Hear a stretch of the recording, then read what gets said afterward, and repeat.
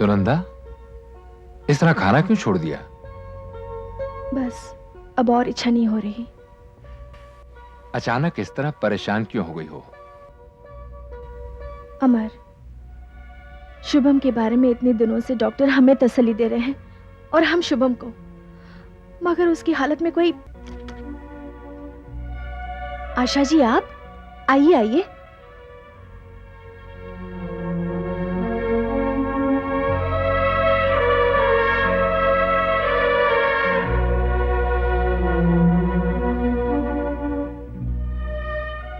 आशा जी, आप बाहर क्यों खड़ी हैं?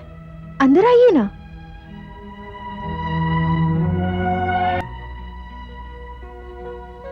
कुछ परेशान सी लग रही हो आशा, क्या बात है?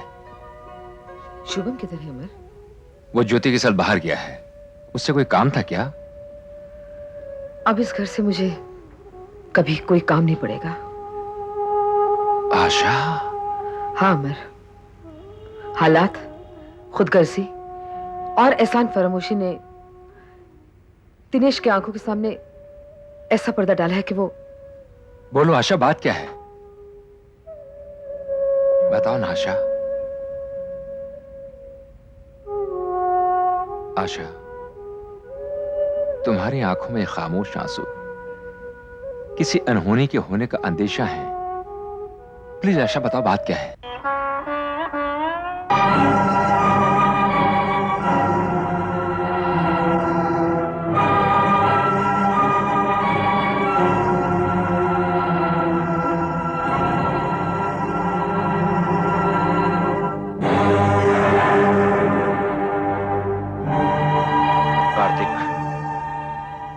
इस मौके पर मैं एक खुशी का ऐलान करना चाहता हूं।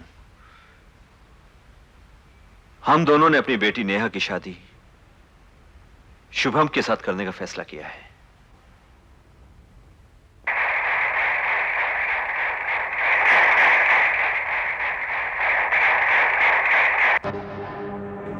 तो चंद्रा साहब को पूरा यकीन हो गया है कि हमारा शुभम जिंदगी भर के लिए अंधा हो चुका है। वो अब कभी अच्छा नहीं हो सकेगा। ठीक ही तो है आशा कि उसकी बेटी अपने पति के अंधेपन का बोझ जिंदगी भर अपनी आंखों पर ढोती फिरे। अगर मैं एक लड़की का बाप होता तो शायद मैं भी ऐसा ही करता। ये एक इंसानी फितरत है जो कभी बदले नहीं जा सकती। पर इस तरह रिश्ता टूट जाने से लोग क्या कहेंगे? नेहा और शुभम पे क्या बीतेगी जो एक दूसरे को बहुत चाहते हैं, जो एक दूसरे के बिना जी नहीं सकते। Time is a great healer Sunanda. वक्त हर जख्म को भर देता है। आज नेहा और शुभम एक दूसरे के बिना नहीं रह सकते, और कल जब वो हमेशा हमेशा के लिए एक दूसरे से जुदा हो जाएंगे तो अपने आप को उसी जिंदगी में ढाल लेंगे जिसमें वो जी रहे होंगे।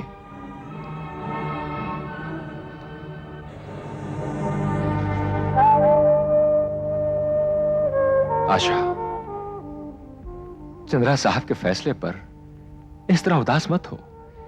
एक बाप की हैसियत से जो उन्होंने फैसला किया है शायद सही हो।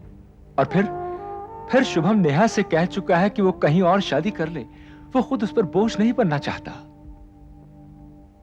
आशा, ये फैसला हमारा और तुम्हारा नहीं, तकदीर का फैसला है। हमें इसे हंसते हुए कबूल करना है।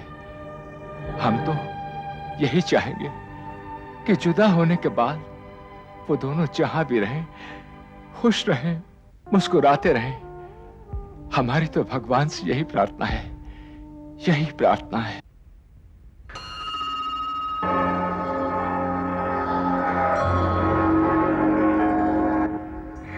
हे गंगेश्वर, मेरी आंखों को हमेशा के लिए आंसू देकर किस कसूर की सजा दी है तुमने?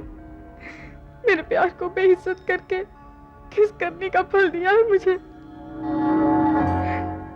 लोग तुम्हारे दर पे आते हैं अपने दुख दर्द की दुहाई लेकर, अपने बिगड़े नसीब के अच्छे हो जाने की उम्मीद लेकर। तुम्हारी चौखट पर दिए जलाते हैं कि तुम उनकी जिंदगी के अंधेरों को दूर करके उनमें उजाले भर दो। फिर भी मेरी जिंदगी में ये अंधेरा, शुभम की आंखों में अंधेरा, यहाँ तक कि मेरे डैडी के सोचने समझने की ताकत पर अंधेरे का पर्दा क्यों डाल दिया तुमने? मैं जानती हूँ शुभम और डैडी मुझे बेहद चाहते हैं। शुभम मुझसे दूर सिर्फ इसलिए चला जाना चाहता है कि वो मुझे अपने अंधेपन का भागीदार नहीं बनाना चाहता। और डैडी सिर्फ इसलिए मुझे शुभम से दूर करना चाहते हैं क्योंकि वो मुझे शुभम के साथ बांधकर अपने आप को मुजरिम नहीं समझना चाहते। और मैं दूसरी जगह शादी करने के लिए सिर्फ इसलिए मजबूर हूँ क्योंकि मैं अपने डैडी को दोबारा किसी सदमे का शिकार होते नहीं देखना चाहती।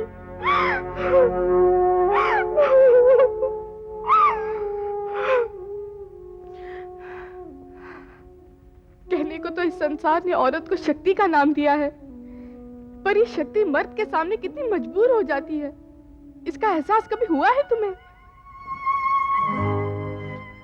औरत के प्यार को कितना बेबस, मजबूर और लाचार बनाया है तुमने। औरत शक्ति होते हुए भी अपने आप में कितनी कमजोर है, कभी सोचा है तुमने?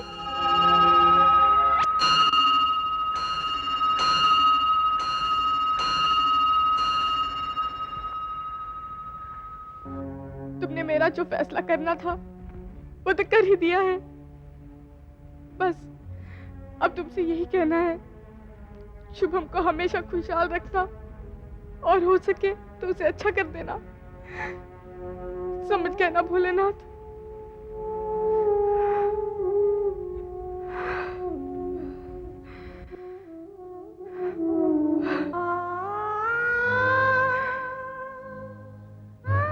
शुभम मेरे लिए भगवान से प्रार्थना करने आई थी नेहा। तुम्हारे और डैडी के फैसले के आगे तो मैं कुछ भी नहीं कर सकी, पर भगवान से प्रार्थना तो कर सकती हूँ ना। सच पूछो तो मैं भी यहाँ ज्योति के साथ तुम्हारी खुशहाली के लिए प्रार्थना करने आया था। जो खुशहाली अब मेरी जिंदगी में कभी आ ही नहीं सकती, उसके लिए भगवान से प्रार्थना करके क्यों अपने आप को फरेब दे रहे हो शुभम?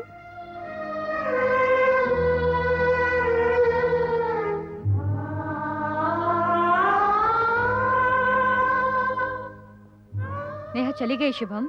हाँ, नेहा मेरी जिंदगी से हमेशा के लिए चली गई। क्या मैंने कुछ गलत किया नेहा को अपने अंधेपन से दूर करके? क्या मैंने ठीक नहीं किया? ज्योति, बताओ ज्योति, क्या मैं सचमुच नेहा का मुजरिम हूं? अगर तुम मुझसे पूछते हो तो मैं तो यही कहूंगी शुभम कि इस पूरे हादसे में ना तो तुम मुजरिम हो और ना ही नेहा सजावार। अगर मुजरिम सजावार कोई है तो सिर्फ वक्त।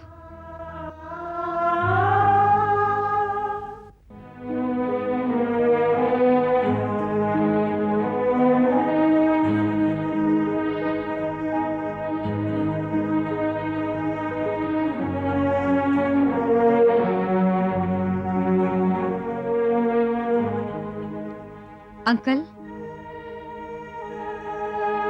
वक्त का फैसला तो कुदरत ने कबूल कर ही लिया, मगर अंकल, नेहा और शुभम एक दूसरे से जुदा होकर नहीं रह पाएंगे।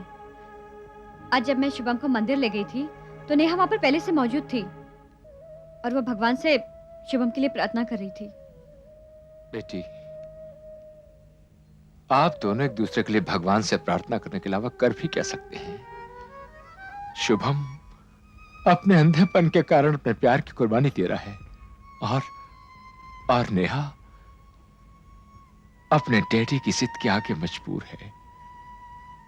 दोनों अलग अलग जगह हैं, पर दोनों की हालत एक जैसी है। बेटी, शुभम सो गया? हाँ, उसे तो नींद आ गई। काश उसके दिल में जागे नेहा की जुदाई के दर्द को भी नींद आ जाए। नहीं बेटी, इतनी जल्दी सब कुछ नहीं होता। हर जख्म भरने में आदमी को किसी भी दर्द से गुजरने में थोड़ा वक्त तो लगता ही है। आज मंदिर में नेहा की बातें सुनकर शुभम के दिलो दिमाग पर पूरी तरीके से उदासी छा गई है। नहीं ज्योति, बेटी, उसे और उदास मत होने दो। वो तन का मरीज तो पहले से हो चुका है, उसे मन का मरीज मत बनने दो ज्योति। जो कुछ भी आपने कहा अगर वो सच है तो वो सच नहीं अनर्थ है, जो अगर हो गया ना तो एक साथ 3 परिवार इस दुख की आग में जलने लगेंगे डैडी। ये सच है बेटी, ये सच है कि चंद्रा साहब ने शुभम के साथ नेहा की शादी करने से इनकार कर दिया है। और जहां तक मुझे पता चला है, शुभम ने खुद भी नेहा की जिंदगी से हट जाने का फैसला किया है। शायद वो नहीं चाहता कि उसका अंधापन।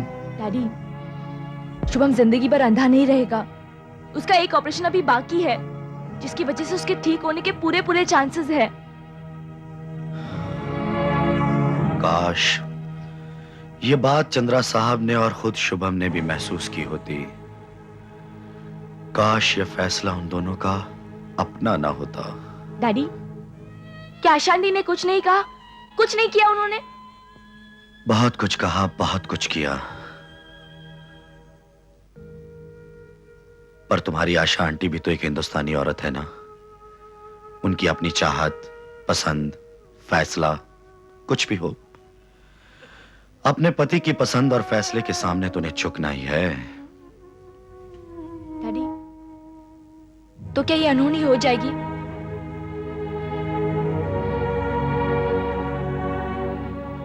डैडी, आप चंद्र अंकल से बात क्यों नहीं करते? हो सकता है आपके समझाने से वो अपना फैसला बदल दे। चंद्रा साहब से तो मैं बात कर लूंगा, मगर शुभम को कौन समझाएगा? शुभम को मैं समझाऊंगी। डैडी, आप एक बार उनसे जाकर मिलिए प्लीज। हो सकता है आपकी इस कोशिश से उन दोनों की तकदीर ही बदल जाए।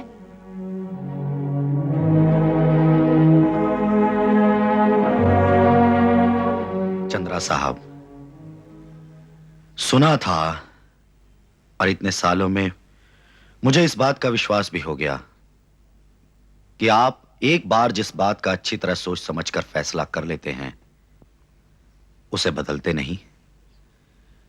फिर आपने नेहा और शुभम की शादी का फैसला क्यों बदल दिया? आपके सवाल के जवाब में मैं आपसे एक सवाल पूछूं? सीधी आसान राह पर चलते चलते अगर आपके सामने अचानक कोई खाई या फिर अंधा कुआं आ जाए, तो आप उससे बचकर निकल जाएंगे या उसमें कूद जाएंगे?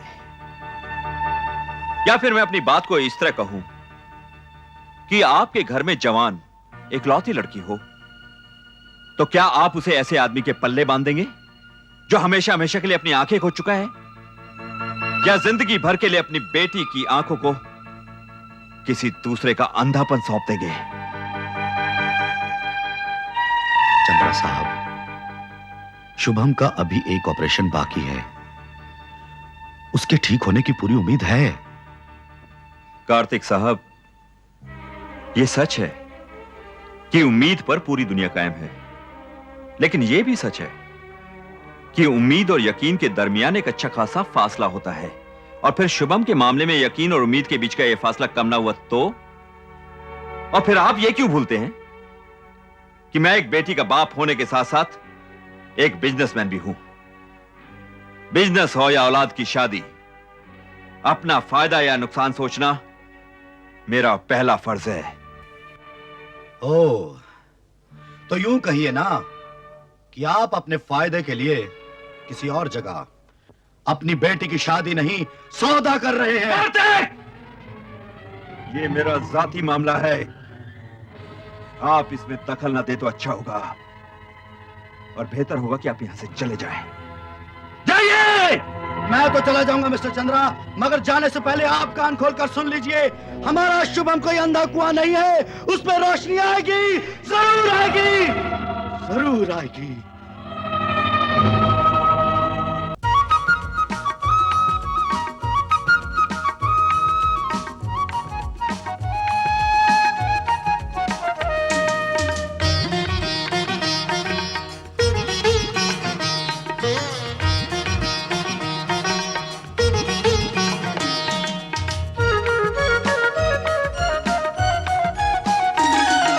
संसार संसार ये संसार चैन की बंसी कहीं बजाए, गम की छेड़े सितार। संसार संसार ये